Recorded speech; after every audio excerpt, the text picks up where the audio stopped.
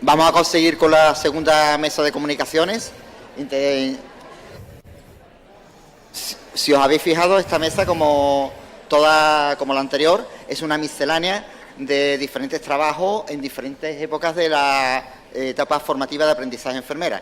Aquí vamos a ver un trabajo de fin de grado, un trabajo de fin de máster, 2 publicaciones, una de investigación cualitativa, otra de investigación cuantitativa y una tesis doctoral. Ana, ¿estás preparada ya? Sí. Bueno, la primera ponente es Ana Armario. Ella terminó grado el año pasado y presentó un trabajo de fin de grado dedicado a una investigación sobre la entrevista motivacional en atención primaria. ¿Vale?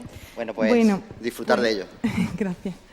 En primer lugar, pues dar las gracias a la Universidad de Cádiz por haber propuesto mi trabajo para exponerlo aquí y también al Colegio de Enfermería por haber confiado en mí para esta ocasión, ¿no? Como él ha dicho, yo me llamo Ana Armario, soy enfermera en una clínica privada, Nebrimedic, en Lebrija, y voy a exponer el trabajo que puse en la extensión docente de Jerez, que es donde yo me gradué, y se titula La entrevista motivacional, la consulta de atención primaria. Bueno, muy importante, un dato que aparece aquí, que es que los 10 riesgos evitables más importantes a nivel mundial provocan un 40% del total de defunciones anuales.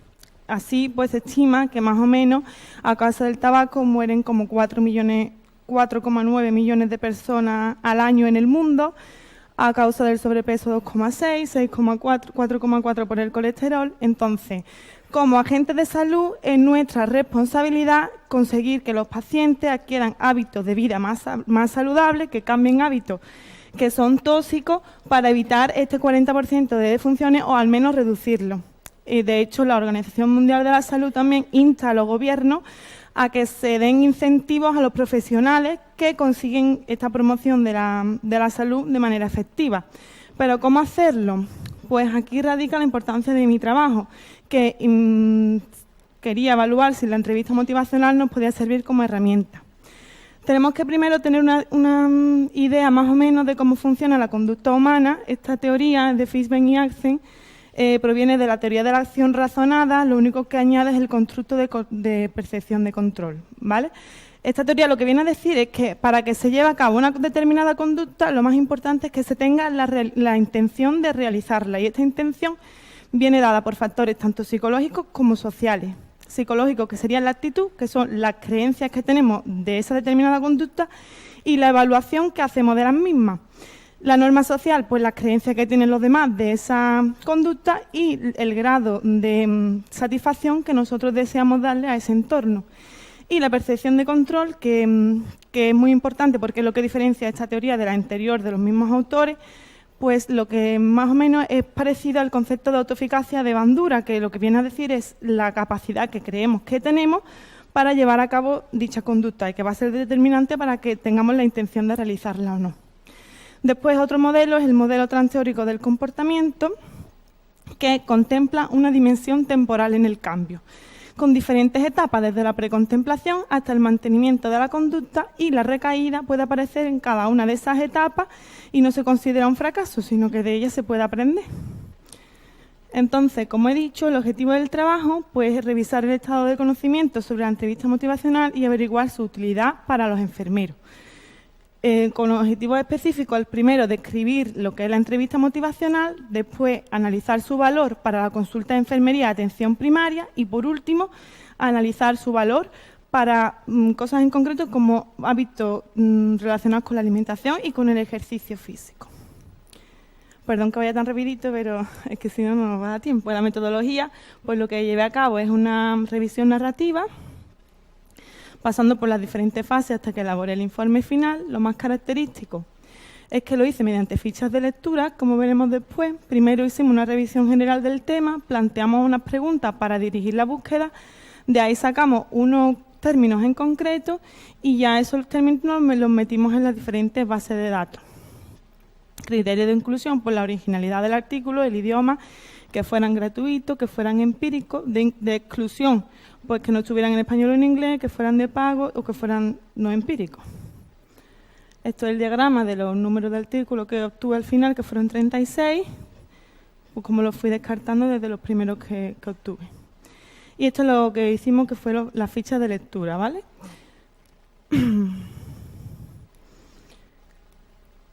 Como hemos dicho, para describir la entrevista motivacional, bueno, pues decir que es una herramienta basada en el diálogo, que lo que busca es aumentar la motivación intrínseca del paciente para que lleve a cabo una determinada conducta, ¿vale?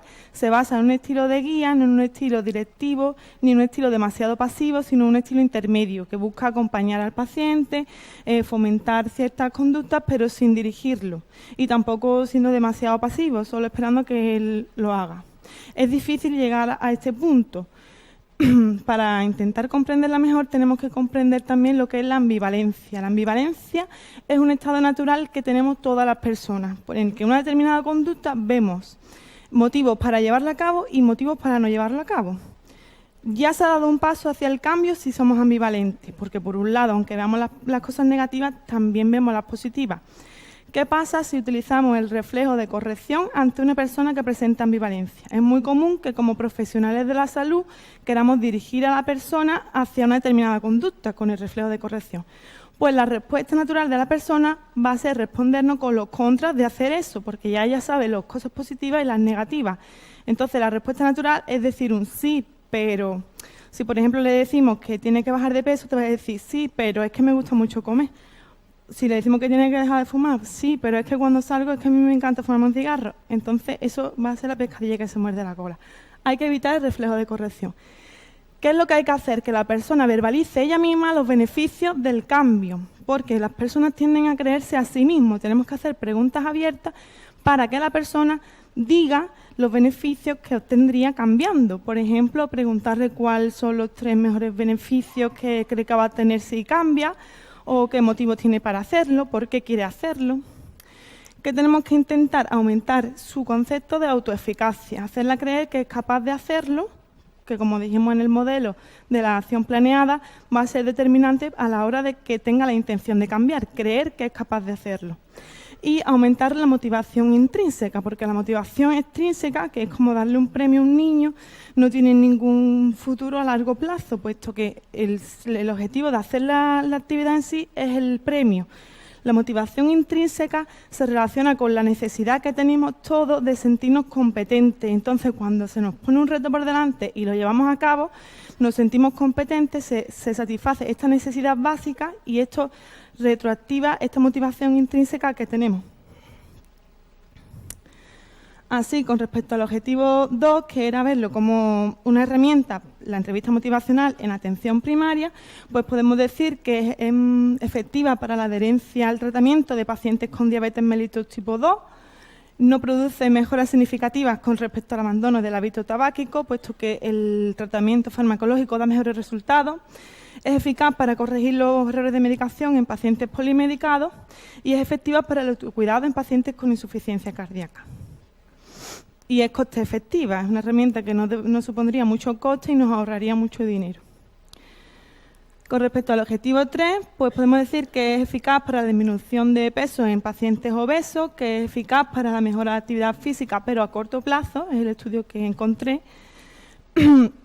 y que además de para bajar de peso, es eficaz para bajar la tensión arterial, el colesterol, la frecuencia cardíaca y el perímetro abdominal. Aumenta la vitalidad y la función física. En realidad, todas estas, las dos últimas, son propiamente debidas a la pérdida de peso y a la adquisición de hábitos de ejercicio físico. Entonces, como conclusión al trabajo, pues primero decir que la herramienta es coste efectiva, que el objetivo es que la persona adquiera el deseo de cambiar y que se basa en la escucha activa, en la empatía y la promoción de la autoeficacia y de la motivación del paciente. Con respecto al objetivo 2, pues que puede ser utilizada en una gran variedad de intervenciones y que aparenta ser una herramienta potencial, pero derivado de esto, que lo digo aquí en el objetivo 3, se necesita seguir investigando la efectividad de la entrevista motivacional en el ámbito de la salud, porque normalmente está más dirigida al ámbito de la psicología. Me costó mucho trabajo encontrar artículos al respecto y aunque prometen ser una solución y una buena herramienta que podemos utilizar, no podemos afirmarlo tampoco con vehemencia. Y listo. Muchas gracias.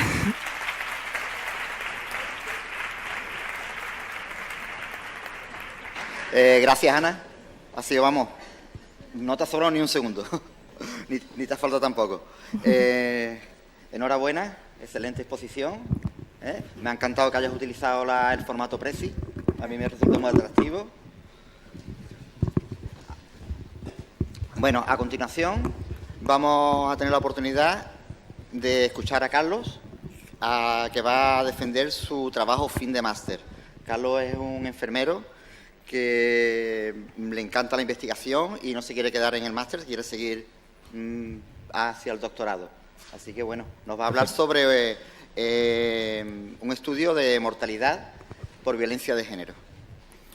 Bien, hola, buenas tardes a todos. En primer lugar, agradecer tanto al colegio como al comité científico la oportunidad de poder defender este trabajo fin de máster, que no es más que ese primer paso a lo que espero que sea la tesis doctoral, ya que desde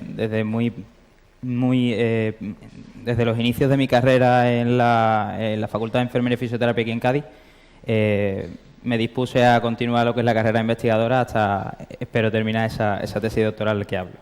En este caso vimos una gran oportunidad dentro de la violencia de género como campo de estudio, y es que es algo bastante actual, novedoso, y que tiene bastante repercusión en la actualidad, sobre todo en España y en todo el mundo, ¿no? Pero nosotros nos hemos centrado sobre todo en el sexenio de investigación 2012-2017, donde hemos analizado pues todos los casos de violencia de género en España. Para empezar y ponernos un poco en contexto, la ONU en 1993 define lo que es la violencia de género como todo acto de violencia basado en el género. Tiene como resultado posible real un daño físico, sexual o psicológico, incluidas las amenazas, la coerción, la privación arbitraria de la libertad, ya sea que ocurra en la vida privada, tanto en la vida pública. Fijarse que no es desde 1948, cuando se redacta la Declaración Universal de Derechos Humanos, no es hasta 1979 cuando se da el desarrollo, la redacción de este primer documento que trata de esos derechos de la mujer. Años después, en 1980, la Organización Mundial de la Salud ya crea esa unidad de salud de la mujer, y en 1993 se redacta ese primer instrumento que aborda lo que es la violencia contra la mujer como tal. En 1996 la Organización Mundial de la Salud, con las estadísticas que estaba viendo de que, por ejemplo, 1 de cada 5 mujeres del mundo sufrían algún tipo de violencia de género por parte de su pareja, declara la violencia de género como una prioridad de salud pública mundial. Viendo esto, nos dispusimos a ver qué influencia tenía esta problemática dentro de lo que es el sistema sanitario. Encontramos que existía una hiperfrecuentación, un mayor número de cirugías, de mayor nivel de estrés, de consumo de fármacos, etcétera, etcétera. Pero también identificamos una serie de barreras que dentro del sistema sanitario, como por ejemplo el hecho de que hay unas barreras organizativas, ¿vale?, asistenciales. Muchas veces nos encontramos que los profesionales tienen o sufren falta de formación y por tanto hay una infradetención bastante importante en este campo, en los casos de violencia de género. Y además en el campo de la investigación hemos visto que no está muy bien definido cuál es esa cobertura de ese campo de investigación. En cuanto a las repercusiones que tiene sobre la salud de la mujer, vemos que existe influencias tanto o repercusiones físicas, psicológicas y sexuales, pero no solo afecta sobre la salud individual de la mujer, sino que afecta también a la salud colectiva y a la familiar. De hecho, según muchos autores, los hijos que conviven con estas personas que sufren maltrato pueden ser potenciales maltratadores a futuro y también potenciales víctimas, lo cual nos lleva a pensar un poco la orientación que tenemos que llevar de educación y de formación en los profesionales, sobre todo también en educación para la salud con la familia. En cuanto al personal de enfermería, hemos visto en la bibliografía cómo el personal de enfermería podría ser un profesional sanitario o uno de los principales en trabajar este campo. ¿Por qué? Porque trabaja y tiene una posición muy privilegiada dentro del sistema para localizar, identificar y empezar con el tratamiento de este tipo de pacientes. Como objetivo nos propusimos uno general, donde íbamos a evaluar la magnitud del problema en España para el sexenio de investigación que hemos comentado antes, Y nos propusimos otros 3 específicos en el que íbamos a describir la mortalidad que existía, otro en el que íbamos a ver las características sociodemográficas de edad, la distribución geográfica también de todos estos casos alrededor de España, y también íbamos a analizar otras variables como las llamadas al servicio telefónico 016 o el caso de las denuncias. También en el trabajo vimos las órdenes de protección que se habían propuesto y que estaban tramitadas, pero en este caso, por el tiempo, hemos tenido que reducir ese objetivo, ¿no?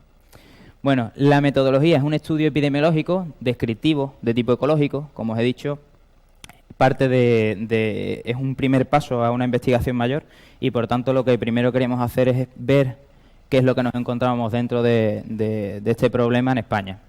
La población diana hemos trabajado con una base de datos que es pública, la pone a disposición del usuario el Ministerio, ¿vale? Y sería ese portal estadístico de la Delegación del Gobierno para la Violencia contra la Mujer, ¿vale? Y ahí nos encontramos muchas variables. Nosotros hemos trabajado con algunas de estas, como podría ser las víctimas mortales, las denuncias por violencia de género, las órdenes de protección, que como he dicho no las vamos a trabajar hoy, y las llamadas al 016. El análisis estadístico lo llevamos a cabo con el programa SPSS versión 24, ¿vale? Y lo que hicimos es que a partir de la observación, análisis y la comparación de las tablas gráficas respondimos a todos los objetivos que hemos comentado antes. Los resultados de discusión los hemos dividido en las distintas variables que hemos trabajado. Si vemos aquí, esta sería la mortalidad recogida a lo largo de ese sexenio de investigación, donde vemos que desde el 2003, que es desde cuando tenemos cifras de esas causas, de esas muertes o fallecimientos de mujeres por causa de maltrato, se estima en 60,8 mujeres al año como media, y si nos fijamos, vemos aquí cómo las cifras no varían mucho a pesar de todas las políticas de prevención y sensibilización que se están llevando a cabo. Aquí he puesto esta tabla que son donde calculamos tasas de mortalidad específica por sexo y por millón de mujeres, donde vemos las tasas, por ejemplo, en Melilla, que suben están desde 0 hasta 48 por millón en algunos años, lo que contrasta mucho con respecto a la cifra que tenemos en Andalucía. Voy a aligerar un poquito, si no, me come el tiempo. Bien, en cuanto a los intervalos de edad más frecuentes, donde más casos se da casos de violencia de género, nos encontramos las edades entre 20 y 50 años. También vemos aquí, en cuanto a las llamadas al 016, que hay una tendencia al alza a lo largo de este periodo, y entonces podemos pensar que sí, efectivamente están funcionando esas políticas de prevención y sensibilización. Pero fijarse en este dato, y es que la tercera parte de todas esas llamadas no las realiza la propia víctima, sino personas allegadas familiares a esta. También en cuanto a las llamadas, como dato así rápido, decir que, por ejemplo, Madrid registra muchísimas más llamadas a lo largo de todo el sexenio, en todos los años, con respecto a Andalucía, teniendo 2 millones de habitantes más Andalucía que Madrid. En cuanto a las denuncias vemos también cómo existe esa tendencia al alza, y este diagrama de sectores lo veo bastante interesante. Aquí lo que mostramos es el origen de esa denuncia, y es que el 64% cabría esperar que fueran las denuncias interpuestas por la propia víctima, pero no es así. Este 64% corresponde a las víctimas, a denuncias que han interpuesto las víctimas, pero han necesitado de una presencia policial, de un atestado previo, de estar la policía ahí y entonces denunciar ese caso. No es hasta la cuarta posición, tan solo el 6% de todas las denuncias interpuestas, que pone directamente la víctima.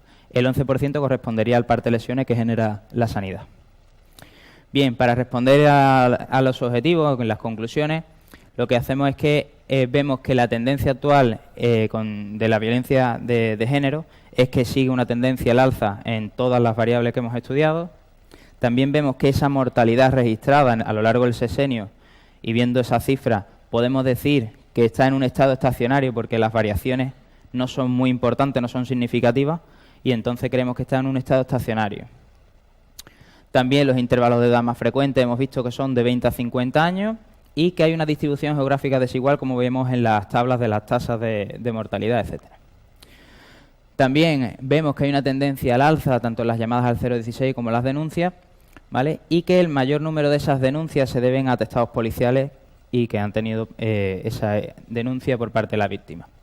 En cuanto a líneas de investigación a futuro, hemos propuesto consensuar todos los datos que se deben recoger en las bases de datos, fomentar la actualización de los planes nacionales y autonómicos de prevención y sensibilización y también, entre ellos, regular una figura de enfermera de práctica avanzada especialista en la violencia de género.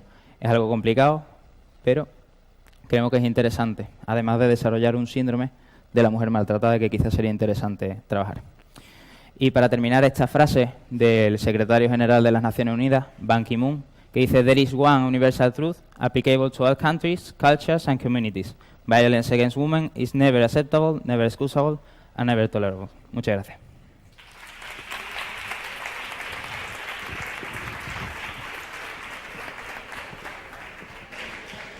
Gracias, Carlos, por darle de nuevo visibilidad y magnitud a este enorme problema que tenemos con la violencia de género. A continuación, nos va a presentar Belén un relato biográfico que fue publicado en la revista Archivos de la Memoria. Un poquito de investigación cualitativa nunca viene mal. Dicen que la investigación cualitativa es la más enfermera de las investigaciones, de los tipos de investigación, porque responde a las respuestas, son respuestas humanas lo que estudia. Para mí es una de mis favoritas y la verdad que me gustaría que tuviera el lugar que le corresponde. Creo que sí. ¿Listo? Cuando tú quieras, va a relatar un relato biográfico que trata de una cuidadora que se titula "En la salud y en la enfermedad, el relato de una cuidadora", cuando tú quieras. Vale, muchas gracias. Bueno, buenas tardes a todos. En primer lugar, dar las gracias al Colegio de Enfermería por permitirme exponer este pequeño trabajo. Este trabajo ha sido publicado en la revista Archivos de la Memoria de la Fundación Index recientemente. Es un paso preliminar de mi tesis doctoral. Espero poder traer en el futuro mi tesis doctoral, pero de momento os puedo traer un pequeño trabajo. No lo he dicho, soy enfermera asistencial en el sector privado y compagino el trabajo con los estudios de doctorado. Bueno, como todos sabemos, el cuidador familiar está en auge porque cada vez hay un envejecimiento demográfico mayor. Esto hace que cada vez haya un número mayor de personas que requieren asistencia para las actividades básicas de la vida diaria y aparece la figura del cuidador principal. Normalmente este cuidador principal suele ser mujer, no remunerada, suele ser una persona que asume responsabilidades, establece cuidados y toma decisiones. Según el Instituto Nacional de Estadística, el 70% de los dependientes reciben solo ayuda informal. Es un tema que está de actualidad y del que es consciente el Estado. Prueba de ello fue la aprobación de la Ley de Promoción de la Autonomía y Atención a las Personas en Situación de Dependencia. Todo ello hace que sea una población suficientemente importante como para estudiar, tratar y escuchar.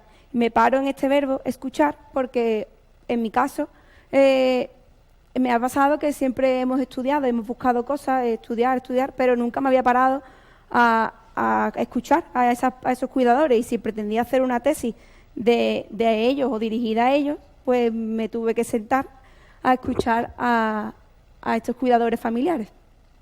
Cada vez es más común utilizar la investigación cualitativa para conocer bien sea las necesidades, el perfil o las necesidades de estos cuidadores. Cada vez hay más relatos biográficos que relatan diferentes formas de dependencia de los cuidadores. Como ya os he explicado, esto es una parte preliminar de mi tesis doctoral, que la investigación cuantitativa no nos aportaba cierta información y tuvimos que recurrir a la investigación cualitativa. Por lo tanto, el objetivo ha sido conocer la experiencia vital del cuidador familiar a través de una aproximación cualitativa. Lo hemos llevado a cabo a través del método biográfico en forma de relato biográfico. Es un tipo de investigación cualitativa con diseño descriptivo fenomenológico en la que las palabras del informante adquieren la mayor importancia. La informante fue seleccionada de manera intencional, la conocí en mi práctica profesional. Me gustó, o sea, aparte de que tenía un trato cordial con esa cuidadora, me sorprendió su trayectoria personal, la situación de elevada carga que estaba viviendo y los mecanismos que ella desarrolló para adaptarse a esa nueva situación. Es una señora de 82 años, procedente de Chiclana, ama de casa y casada. Se llevó a cabo a través de una entrevista en profundidad, la cual fue grabada, no supuso ningún problema para la informante. Ella era la que exponía los temas libremente, fue en su domicilio para que se propiciara un ambiente tranquilo y no existieran interrupciones. Posteriormente se procedió a transcribir y analizar según el modelo propuesto por Amezcua y Hueso. Esa transcripción fue revisada por la informante, así lo detalla el modelo, y por supuesto el trabajo se llevó a cabo siguiendo los principios éticos y la informante firmó un consentimiento informado. Para garantizar la intimidad y la anonimización de los datos, se han usado seudónimos, tanto para el nombre de la informante como para las personas a las que se refiere, y así cumplir con la Ley de Protección de Datos. Como resultado hemos obtenido 23 diferentes categorías.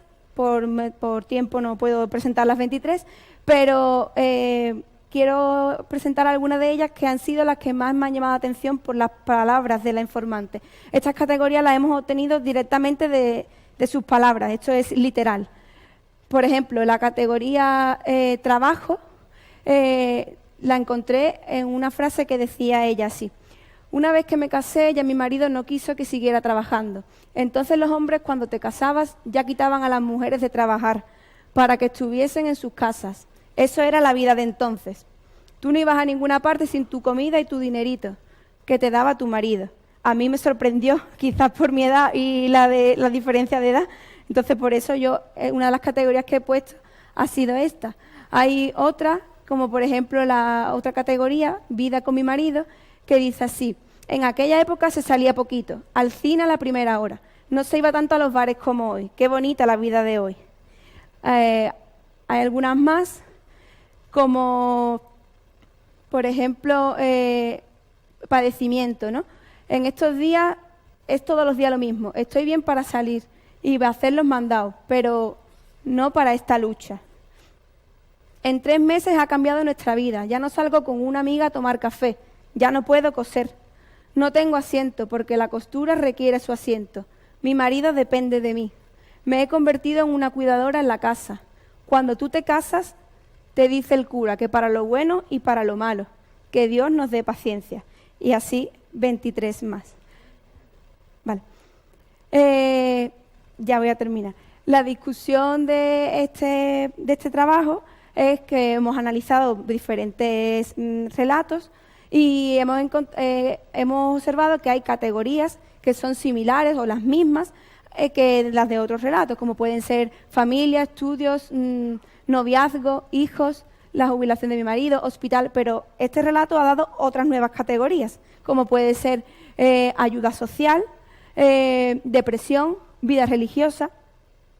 Y hay una cosa que era común a todos los relatos que hemos analizado, y aunque cada cuidadora tenga su forma de cuidar y sus circunstancias, y hay una cosa que es común para todos, y es los sentimientos que ellos generan. En eso coincidían todas, todos experimentaban carga, tristeza, mucha lucha, ¿vale? Y bueno, se pone de manifiesto en este trabajo la evolución de la sociedad, sus costumbres y estilos de vida, cómo está evolucionando el papel de la mujer, la visión del envejecimiento, que está cambiando, no es la misma que tenemos nosotros hoy que la que tiene esa señora de 82 años, y los cuidados desde la perspectiva de una esposa. Pero lo más enriquecedor de este relato, por lo menos para mí así lo ha sido, es conocer las historias que no sabemos lo que tienen por contarnos esas personas que están ahí todo el día al lado de nosotros, y que tú, yo por lo menos, cuando vas trabajando, corriendo y haciendo las cosas, no te paras a pensar que esa persona te va a enseñar tantas cosas. Ya está.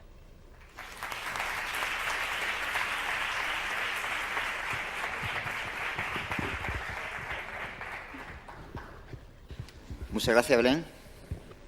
Me gustaría tanto a Belén como al resto de los componentes de la mesa indicarles de que, bueno, de quien esté interesado en leer sus trabajos, en las publicaciones y tal, que contacte con ellos para que le digan dónde están publicados y dónde pueden acceder. ¿Vale? Por ejemplo, Belén lo tenía ya apuntado aquí, que estaba en Archivos de la Memoria del 2018 en V15. No sé si está está ya, ¿no? Ya se puede consultar. Ah, estupendo. Estupendo, muy bien. Bueno, a continuación tenemos a Miguel Ángel. Miguel Ángel nos va a hablar sobre una publicación suya sobre salud mental, que se titula Perfil psicopatológico y prevalencia de patología dual de los pacientes con dependencia alcohólica en tratamiento ambulatorio. Miguel Ángel pertenece al grupo multidisciplinario para el progreso de la salud mental de la Universidad de Cádiz. Y bueno, y ahí os dejo con él. Buenas tardes. En primer lugar, dar las gracias al colegio por darme esta oportunidad de estar aquí hoy. Como bien ha dicho, es un artículo que hemos publicado en la revista de Acta de Psiquiatría Española, Acta Española de Psiquiatría, en el año 2017. En primer lugar, me gustaría aclarar que el término patología dual se refiere a la presentación en un mismo sujeto de un trastorno mental y un trastorno adictivo. En la actualidad disponemos de escasos datos sobre prevalencia de patología dual en población española. La mayoría de los estudios se han hecho en pacientes por trastorno por uso de dependencia, de uso de sustancia, que diga. Respecto a las conductas adictivas, es importante que consideremos algunos aspectos clínicos que van a condicionar la evolución y la respuesta al tratamiento. Entre ellos tenemos la alta impulsividad, la posible prevalencia de TDAH en el adulto y la intensidad del craving. Un mejor conocimiento de las relaciones entre estas variables nos va a permitir profundizar en este campo de estudio y diseñar estrategias de evolución y prevención relevantes sobre los factores más significativos, con el fin de reducir la incidencia y la morbilidad en este tipo de pacientes. El objetivo fue estimar la prevalencia de patología dual en pacientes con dependencia alcohólica y describir el perfil psicopatológico de los trastornos mentales, su impulsividad, su hiperactividad y craving. Respecto a la metodología, se trata de un estudio transversal sobre patología dual en 102 pacientes que se encontraban en tratamiento ambulatorio. Se determinó la presencia de patología dual mediante la entrevista semiestructurada MINI-5 y el MILON-3. Utilizamos el DSM-4 como criterio de abuso o dependencia de alcohol y además se emplearon una serie de test como el EIE para la impulsividad, el ASRS versión 1 para la hiperactividad, el ENCA para el craving y por último el SF36 para la calidad de vida. En cuanto a los resultados, sí, a modo de resumen, la muestra estudiada la formaron un total de 102 pacientes, un 76,5% eran hombres. La edad media fue de 47 años, con un rango de edad que oscilaba entre los 27 y los 78 años. Un 15,7% ya tuvo problemas judiciales antes de iniciar el consumo abusivo y un 11,8% los tuvo después de haber iniciado este. Un 35,3% tenía antecedentes familiares psiquiátricos de primer grado y un 29,4% tenía patología orgánica, siendo la más prevalente hipertensión arterial seguida de las neoplasias. Un 66,7% era fumador activo en ese momento y 8 de cada 10 pacientes habían consumido drogas en algún momento de su vida, siendo las 3 más consumidas cocaína, marihuana y hachís. Respecto al alcohol, decir que la edad media de inicio del consumo de alcohol fue de 16,4 años para ambos sexos. El patrón de consumo actual predominante fue a diario en el 94,1%. Se presentó un consumo medio semanal de 68,1 V semanales por semana, siendo de 72,8 en el caso de los hombres frente a las 52,6 de las mujeres. Y las bebidas más consumidas fue la alternancia de bebidas destiladas y fermentadas. El policonsumo en los últimos 12 meses estuvo presente en un 21,6% de la muestra y 24,4% en el 24,4% de los duales. Un dato importante es que el 90,9% de los policonsumidores presentaban patología dual. En esta primera gráfica podemos ver los resultados de la entrevista semiestructurada MINI-5. Los 5 trastornos más prevalentes que se presentaron fue episodio depresivo mayor actual, recidivante, trastorno de ansiedad generalizada actual, riesgo de suicidio y trastorno distímico actual. En estas dos gráficas podemos ver los resultados del MILON-3, que como bien sabemos evalúa 2 ejes. En el eje 1 veremos la prevalencia de los síndromes clínicos y en el eje 2 la prevalencia de prototipos. Respecto al eje 1, los trastornos más prevalentes fueron trastornos del pensamiento y dependencia de sustancias, seguidas de depresión mayor y trastorno distímico. Y respecto al eje 2, los prototipos más prevalentes fueron antisocial y compulsivo, seguido de esquizoide, evitativo, esquizotípico y límite. En esta tabla podemos ver los distintos test que se emplearon: el SF36 para la calidad de vida, el ENCA para el craving, el EIE para la impulsividad y el ASRS para la hiperactividad. En primer lugar, analizamos aquellos que tenían una dependencia de alcohol sumado a un trastorno psiquiátrico, lo que entendemos por patología dual, y observamos como casi 3/4 partes de la población estudiada presentaba un craving moderado o intenso, un 56,1% impulsividad, un 41,5% síntomas altamente consistentes con el TDAH, un 22% una mala calidad de salud física y un 53,7% una mala de calidad mental, como vemos estos últimos datos del SF36 con valores significativos. A continuación hicimos un subgrupo con aquellos que tenían además un consumo añadido de sustancias y observamos como en la mayoría de los apartados presentaban valores aún superiores a esto. Como conclusiones, decir que la prevalencia de comorbilidad psiquiátrica en pacientes con dependencia alcohólica en tratamiento ambulatorio, como hemos visto, varía dependiendo del método de detección. Tenemos un 40% detectado con el Milon frente a un 80% con la Mini. Por lo tanto, es la Mini la que identifica un mayor número de casos y de una manera más específica. La prevalencia de patología dual también hemos visto que en pacientes con dependencia alcohólica que acuden a un centro de tratamiento de adicciones es muy elevada. Más de la mitad de los pacientes con patología dual presentan una conducta impulsiva, una mala calidad de salud mental y altos niveles de craving. Como hemos visto, requieren especial atención los pacientes duales con consumo de otras sustancias. Ese consumo de otras sustancias se va a asociar a mayores prevalencias de craving moderado o intenso, de síntomas consistentes con el TDAH y un peor estado de salud mental. Por lo tanto, cuando atendamos a pacientes que consumen drogas, que demanden atención por dependencia o abuso de alcohol, podría ser un criterio para aplicar pruebas de screening para la patología dual. Gracias.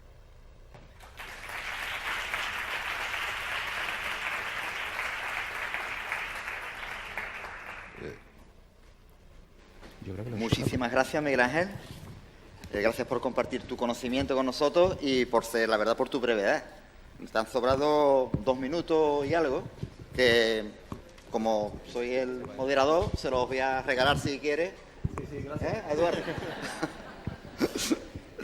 Bueno, Eduardo nos va a presentar su tesis doctoral, el doctor Sánchez.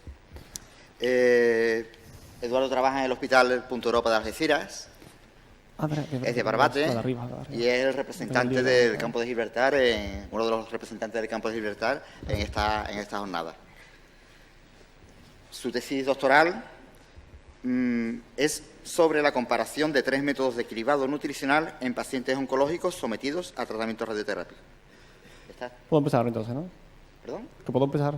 ¿Pensás que me estaba dando? Pues muchas gracias, Antonio, por darme la vez y aprovechar los 2 minutos que me ha dejado Miguel Ángel. Antes de empezar, dar las gracias al colegio, al comité no solo científico, sino el organizador, que llevan desde ayer, desde más días, pero ayer ya sí que no se les vio el pelo. Y darle la enhorabuena, porque voy a perder el tiempo, esos 2 minutos los voy a aprovechar para otra cosa, ¿vale?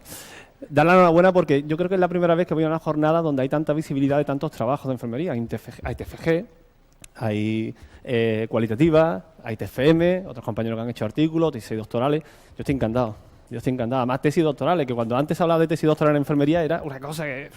Doctora, yo siempre, cuando me saqué la tesis doctoral, ayer lo comentaba en el taller, que yo decía, a ver si me encuentro un médico que cuando me diga, que soy el doctor, le digo, no, tú eres el médico, doctor soy yo, campeón. No me lo ha dicho nadie. No me lo ha dicho nadie desde mayo que defendí mi tesis. Y sobre todo también, desde que empezamos los talleres prejornada que empezamos ayer, con los compañeros que estáis aquí, bueno, con algunos que conocí, se me han ocurrido 40 ideas de investigación.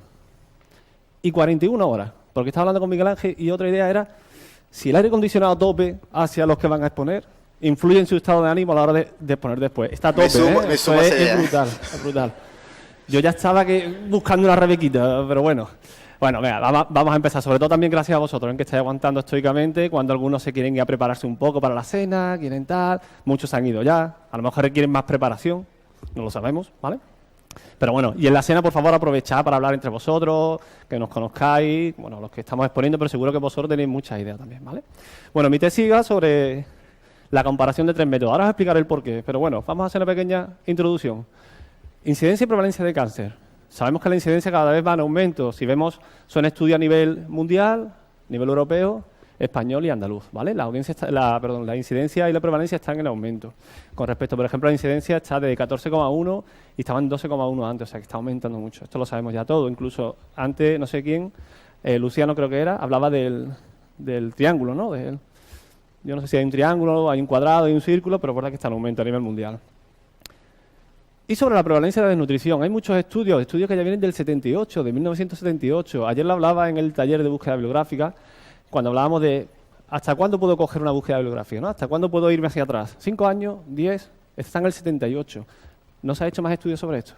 O sea, por eso se toma como referencia también. Pero bueno, vemos que la desnutrición aparecen en algunos pacientes hasta en un 80%. 8 de cada 10 están desnutridos. O sea, es brutal y veremos cómo afecta. Pero bueno, hay otro estudio que es más actual, que es un subestudio, perdón, que es el estudio Predice, ¿vale? Que en 2016 se publicó, en el cual ya te dan datos de coste, que es lo que nos interesa, ¿no? Que es que ven a ver cómo nos ahorramos esos costes. Se vio que los pacientes desnutridos tenían una estancia hospitalaria de 12,1 días frente a 8,6 los bien nutridos. Esto en coste había una diferencia de 2.000 euros por paciente aproximadamente, ¿vale? Eso a nivel nacional. A nivel internacional ya hay muchos datos, incluso hablan de billones de euros. Pero bueno, vemos como la prevalencia de desnutrición es alta. Al principio del diagnóstico hay un 15, un 20, pero cuando ya va pasando el diagnóstico, los tratamientos, ya está en un 80 o un 90. O sea, 9 de cada paciente que pueden fallecer por un cáncer, fallecen desnutridos. Eso es un problema, porque eso conlleva muchas comorbilidades. A ver si soy capaz de pasar. Estas son las consecuencias, son muchas, ¿vale? Hablamos de los costes, es una cosa que siempre nos preocupamos. Yo trabajé ahora trabajo haciendo otras funciones, no son tan agradecidas, pero haciendo otras funciones, pero antes trabajaba en radioterapia. Y suspendíamos muchos tratamientos de cáncer de cabeza y cuello, que una vez que suspenda, la repoblación del tumor es muy rápida, porque el paciente estaba desnutrido. O sea, es brutal. O sea, al final nos preocupamos tanto de dar un tratamiento correcto, pero no nos preocupamos de que esté bien nutrido y tengamos que suspender este tratamiento. Bueno, hay muchos más. El deterioro de la función muscular, aumenta la dependencia, aumenta la UPP, la inmunosupresión. Al haber inmunosupresión puede haber más riesgo de infección, más causas de neutropenia, más ingresos hospitalarios. Bueno, al final todo influye la desnutrición influye en todos los ámbitos. Y cuando tú quieres actuar para que no suceda esto, cuando quieres hacer una correcta valoración nutricional, te dicen: primero hay que hacer un cribado nutricional. Me muevo mucho porque así nos vais durmiendo, ¿vale? Veréis que me muevo mucho, pero bueno. El cribado nutricional hay que hacerlo al 100% de todos los pacientes que llega a nuestra consulta o que llega a nuestra unidad. Si ese cribado es positivo, haríamos una valoración nutricional. Y solo habrá una población que es a tratar. Hay un estudio que se publicó que decían que había 80% de pacientes que reciben los batiditos, no llamarlos batiditos, llamarlos suplementos, por favor, porque si no, un batidito le estamos perdiendo el carácter que tiene. Al final la gente dice: va, un batidito, me tomo un Puleva o lo que sea, llamarlo suplemento, pero bueno. Y no lo necesitaban, no requerían ese suplemento, y había un 20% que sí lo requería y no se lo estaba tomando. ¿Por qué? Porque no se hacía un correcto cribado y una valoración nutricional. Pues cuando yo empecé en radioterapia dije: bueno, vamos a hacer una valoración, vamos a empezar a implantar, tal. Y me puse a mirar. Consejería de Salud, ¿cuál recomienda? El MAST. La ESPEN, la Sociedad Europea de Metabolismo, de Nutrición, el NRS 2002. Y la SEMPE, que es la de Nutrición Parenteral Enteral, la SEO Oncología Médica, la SEOR Oncología Radioterápica, te dice el MAST. Ya me hizo un lío. ¿Cuál implanto yo en mi unidad? Dije: pues nada, como una de las cosas que afecta, me lo pongo en objetivo, una de las cosas que afecta es la pérdida de masa muscular y con eso las comorbilidades acompañadas, ¿por qué no voy a hacer un estudio y comparar eso? Voy a comparar de todos los métodos cuál es el que mejor predice la pérdida de masa muscular, ¿vale? Al fin y al cabo, lo que yo quería conseguir es que mis pacientes estén bien. O sea, la investigación no hay que hacerla porque hay que hacer una investigación, sino tiene que ser relevante y tiene que ser algo que después tenga su peso, ¿no? En la sociedad, en nuestros pacientes y todo eso, en nuestros cuidados. Bueno, eso fue lo que me planteé. Las muestras, durante 3 años de tesis, pues fueron 231 pacientes, teniendo en cuenta que son pacientes muy delicados, algunos acceden, otros no acceden. Se tuvo que pasar el comité de ética, que también requiere su tiempo y su tiempo, y después muchas connotaciones que estaban dando, arregla esto, tal, bueno, pues se pudo hacer. De ellos, al final, tuvimos 197 pacientes, tuvimos un éxitus y 33 pérdidas, que son pacientes que después no continuaron con nosotros en el estudio, ¿vale? Cumplían los criterios de inclusión y los de exclusión, para no irme mucho. Este es el diseño del estudio de la tesis. Cuando hacemos la tesis, cogemos miles de variables, porque queremos tener muchas variables, ¿vale? Pero en este caso solo voy a hablar del cribado nutricional. Mañana os invito a que me escuchéis de nuevo. Estaré hablando de la adherencia mediterránea, ¿vale? Pero os invito a que podáis escucharme de nuevo. Cogimos los 3 métodos de cribado, ¿vale? Estos son los resultados que obtuvimos. ¿Más o menos? Sí, ¿no? Vale. Estos son los resultados. Vimos que el sobrepeso y la obesidad están muy presentes en nuestra sociedad, bueno, en nuestra área, especialmente la obesidad en mujeres y el sobrepeso en hombres, ¿vale? Es una cosa que después eso también conlleva que haya más cáncer. 3 minutos. No, qué broma, venga. Qué broma. Bueno, vimos después la pérdida de masa muscular, había mucha pérdida de masa muscular, había mucha pérdida de peso, pero bueno, vamos a ir. La localización con mayor prevalencia, ¿cuál pensáis que puede ser? Pues todo lo que sea el tracto gastrointestinal, ¿vale? Sobre todo el gástrico, cabeza y cuello y todo eso. Pero bueno, vamos a irnos directamente. Lo que hicimos es hacer la curva ROC. Hicimos una curva ROC para ver qué es lo que se tiene que hacer, para ver si un método es correcto, es correcto para predecir eso. Y vimos que cuando valoramos la pérdida de masa magra, solo pérdida de masa magra, a partir del 0,1 se considera pérdida de masa magra, vimos que no eran buenos métodos de cribado. No eran buenos métodos, no nos predecía bien. Estaban todos debajo de la línea de referencia, que sería la naranja, ¿vale? Que sería la diagonal, 0,5. Dijimos, vamos a ver la pérdida de masa grasa al 2%. A ver si eso... Y nos quedábamos que ya el MST iba subiendo. Ya el MST ya iba un poco por encima. No mucho, pero iba un poco por encima. Dijimos, vamos a coger un 5%, que es la que ya nos dice que aparece una caquexia cancerosa y que eso ya es muy difícil de revertir, una caquexia refractaria posterior. Y vimos que ya el MST sí presentaba un aumento mayor, aunque se tendría que seguir investigando, y ya teníamos una sensibilidad menor al 0,05, que es la sensibilidad, bueno, la P que se utiliza en ciencias de la salud, ¿vale? Los datos de sensibilidad, tanto para uno como otro, iban creciendo a la vez que íbamos aumentando el corte de la pérdida de masa magra. Está claro que puedes perder 0,1 y meter eso en pérdida de masa magra era muy difícil, por eso se empezó con el 5%. Pero bueno, vimos que el método el que deberíamos de implantar, y aparte de hacer un diagnóstico correcto, era el MST. O sea, lo que hicimos después, estos datos los pudimos llevar a cabo en nuestra consulta de enfermería de radioterapia. Esto es una de las cosas para mí que más me gusta, que voy, 2 segundos, pero bueno. Una tesis doctoral es un trabajo muy arduo, muy difícil, son muchos años, cuesta mucho trabajo, pero la producción científica que te puede dar una tesis doctoral es brutal a nivel curricular. ¿Veis aquí? Aquí hay 4, nos han aceptado otro más, ¿vale? Ahora, que es el último que veis, que fue en octubre, que nos lo han contestado, pero bueno, he podido mandar comunicaciones, hemos ganado el premio al investigador menor de 35 años, ya tengo 37, pero ahí tenía 35, o sea que al final y al cabo la producción científica haciendo una tesis también nos ayuda, o sea que vayáis a la tesis.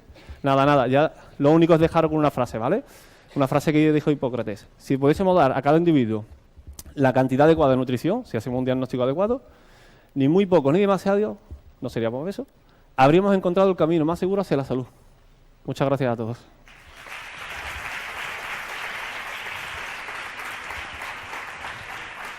¿Lo dejo? Muchísimas gracias, Edu, y a todos los miembros de la mesa. Creo que ha sido muy interesante. Abrimos un pequeño turno de preguntas. Por favor, que sean preguntas concretas, breves, si puede ser. Ahí tenemos una, Rosa.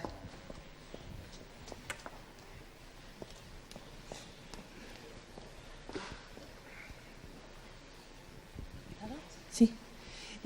Primero, felicitar a toda la mesa y luego quería, si me lo permite el moderador, 2 preguntas. Bueno, sí. Una pregunta y una reflexión. Ana Armario Sánchez, necesitamos que sigas con tu trabajo de motivación en la consulta de atención primaria. Las enfermeras de atención primaria en general, y habrá honrosas excepciones seguro, tenemos un reflejo corrector hipertrofiado y lo que hacemos es el modelo Reñí, y este modelo no es mío, es de Carmen Ruiz, que siempre lo dice. Las enfermeras, como no sabemos otra cosa, le reñimos a los pacientes y con esto no tenemos ninguna empatía terapéutica, no es que no somos... Y entonces me ha parecido tan interesante, tan claro, tan corto y también planteado que te ruego que sigas por este camino y nos enseñes a todas. Eso por un lado. Y por otro lado quería preguntarle a Carlos González del Pino una cuestión que es ¿por qué hablas de personal de enfermería? Es que no puedo entender que hable de personal de enfermería, que es un término que diluye el protagonismo de las enfermeras cuando al final de tu trabajo quieres una enfermera de práctica avanzada que, bueno, sería a discutir si sí o si no. Pero el término personal de enfermería es un término que no nos identifica, es un término que surge en los departamentos de personal, donde se mete a batiburrillo personal de enfermería, que son enfermeras, auxiliares, matronas, técnicos, fisios y etcétera, englobándonos y diluyéndonos. Yo te rogaría que no lo uses, salvo que tenga un argumento que a mí me convenza, así que lo dejo que me conteste. No, sí, tienes razón. Es una errata dentro de la diapositiva y evidentemente te doy la razón. No te lo puedo discutir en ningún momento. Vale. Y a mí me gustaría darte las gracias por tus palabras, que me halagan mucho. Y... Yo que soy de atención primaria desde chico, prácticamente. No, Carmen, terminamos en el 85, ¿no? En el 86 ya estaba yo de ATS de zona. Así que ha llovido. El tema de Ana me ha llegado muchísimo y es verdad, es cierto que las consultas de atención primaria, los pacientes crónicos, no se estructura como se tiene que estructurar. Hay unas limitaciones de tiempo, limitaciones de conocimientos de nosotros mismos y la verdad que me parece, estoy de acuerdo con Rosa. Y bueno, lo del reñir es una cuestión que es verdad que existe, pero yo por lo menos en mi entorno tampoco es tanto. Es verdad que es un tema que es natural, ¿no? Porque, como decía yo, el reflejo de corrección es natural de la persona, pero si te paras a pensarlo y te pones en el lugar del paciente, ¿cuántas veces no te ha molestado tú con alguien de tu entorno porque te diga lo que tienes que hacer? Porque tú ya lo sabes, no lo haces porque tienes tus motivos y ya está. Te lo digo yo que soy una fumadora y que sigo fumando y por mucho que diga aquí de la entrevista motivacional y de tal y de cual, yo sé que fumar es malo y sin embargo fumo. Entonces que alguien me dé la tabarra, verás, los pacientes lo que pasa cuando se les dice lo que tienen que hacer es que ya llega un punto en que se sienten incomprendidos y además inútiles, porque si tú le estás diciendo constantemente que es fácil, que cambien, que deben hacerlo, se sienten incomprendidos y además dicen, es que no lo hago porque no valgo yo, porque se puede hacer fácilmente, ¿no? Pero es un tema que es muy difícil llevarlo a la práctica. Yo hice el trabajo y lo intento y aún así es difícil no decirle a una persona, deberías dejar de hacer esto. Pero es ir acostumbrándose poquito a poco a lo mejor a ir haciendo preguntas abiertas. Pedirle la opinión al paciente de lo que... Más que acostumbrarse, formarnos. También. Sí. Es de lo que carecemos. Vamos un poquito a... por cierto, una pregunta para Ana, que me ha quedado la duda. Ponía en la presentación que este método no produce mejoras significativas con respecto al abandono del hábito tabáquico. Sí. ¿Es cierto? Pero se utiliza, ¿no? Porque bueno, es que este trabajo... Perdón, ¿quieres decir? No, es que yo no he llevado nunca la consulta de tabaco, pero creo que se utiliza por... Lo que pasa es que, mira, el trabajo, como ya he dicho, en la entrevista motivacional tiene que seguir investigándose en el ámbito de la enfermería, porque se utiliza normalmente más en el ámbito de la psicología, es una herramienta más psicológica y además los estudios oficiales, aunque había lo que más frecuentaban era el alcoholismo y el tabaquismo, pero no eran enfermeros los que hacían la entrevista motivacional, eran psicólogos. ¿Vale? Entonces ya se salía un poquito de mi ámbito de aplicación. Aún así, lo que más mejores resultados parece que da el abandono con respecto al abandono del hábito tabáquico es el tratamiento farmacológico. Y aunque supone una mejora significativa, quizás combinarlos los dos, pero como en sí solo la entrevista motivacional no supera el rango de personas que dejan de fumar que el tratamiento farmacológico, que es más eficaz que la entrevista motivacional. No quita que no puedan hacerse conjuntamente, darle el tratamiento mediante la entrevista motivacional y además el tratamiento farmacológico. Pero ya se desvanece un poco el efecto que tiene la entrevista motivacional. ¿Alguna pregunta más? Bueno, entonces damos por finalizada la mesa. Bueno, perdón. Bueno. No te había visto, perdona. Bueno, yo era solo por felicitar a todos y porque yo estoy entusiasmadísima, aunque necesitemos arreglo, ¿eh? Y quería felicitar un poco más así única a Belén. A mí me ha encantado porque además pienso que el estudio de los cuidadores, que son el apoyo absoluto del sistema sanitario, es fundamental.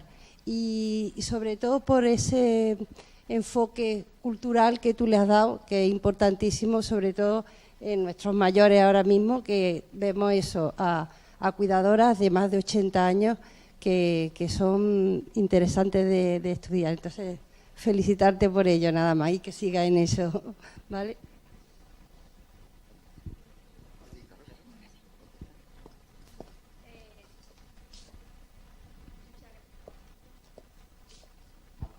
Muchas gracias.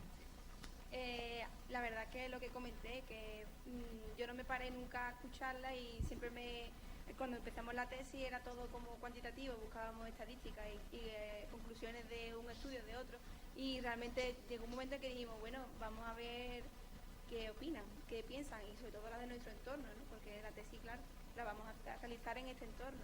Entonces, realmente yo he publicado de una entrevista, pero hemos hecho más, y la verdad que te sientas y la verdad que te llevas un buen rato, pero encuentras cosas muy gratificantes y sobre todo sorprendentes, porque son gente muy mayor y que te dan lecciones, porque a mí me dieron lecciones de lo que realmente es importante y como yo incluso me puedo agobiar porque el tiempo no me da y a esta señora le da para todo lo que hace. Simplemente gracias.